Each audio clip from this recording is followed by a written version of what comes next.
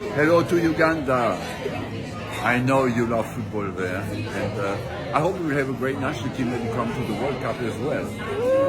Hope to see you. Breaking news, Arsene Wenger oba gwe wandiise Arsene Wenger ife gwe twakazaako Wenger wano mu ggwanga lyattu erya Uganda kimaze okuba nga kikakasibwa nti essaawa yonna okuva olwaleero essaawa yonna agenda kubanga atonnya mu ggwanga lyattu erya Uganda.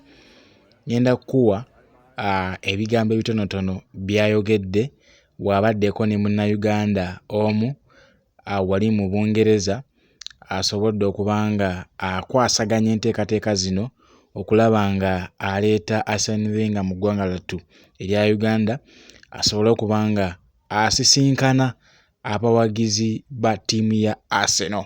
Jjukira nti Arsene Wenger oba gye wandiise Wengers y'omu ku bakooki abakuliridde era nga ali mu myaka gya Sir Alex Ferguson era nga yagenda okuba nga asoose okujja oba okukyalako mu ggwanga lyattu erya Uganda.